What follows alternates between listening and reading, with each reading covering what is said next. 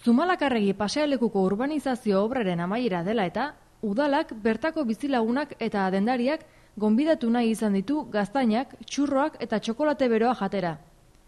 Modu honetan, azken hilabeteetako obrek sortutako eragozpenen aurrean izandako jarrera eta emandako babesa eskertu nahi izan du udalak.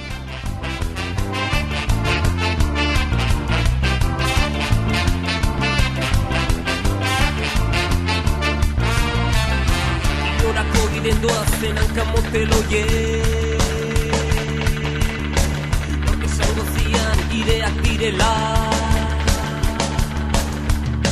Leku guztietatik korrika initzen egunero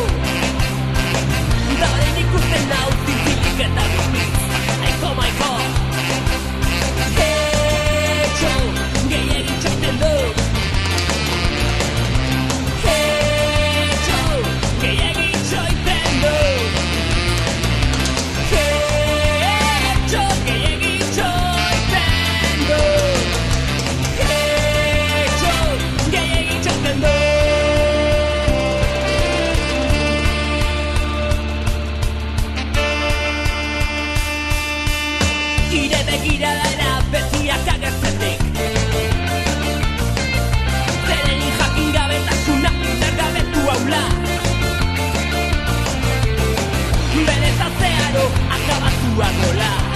Ematen dut, da zindu konformat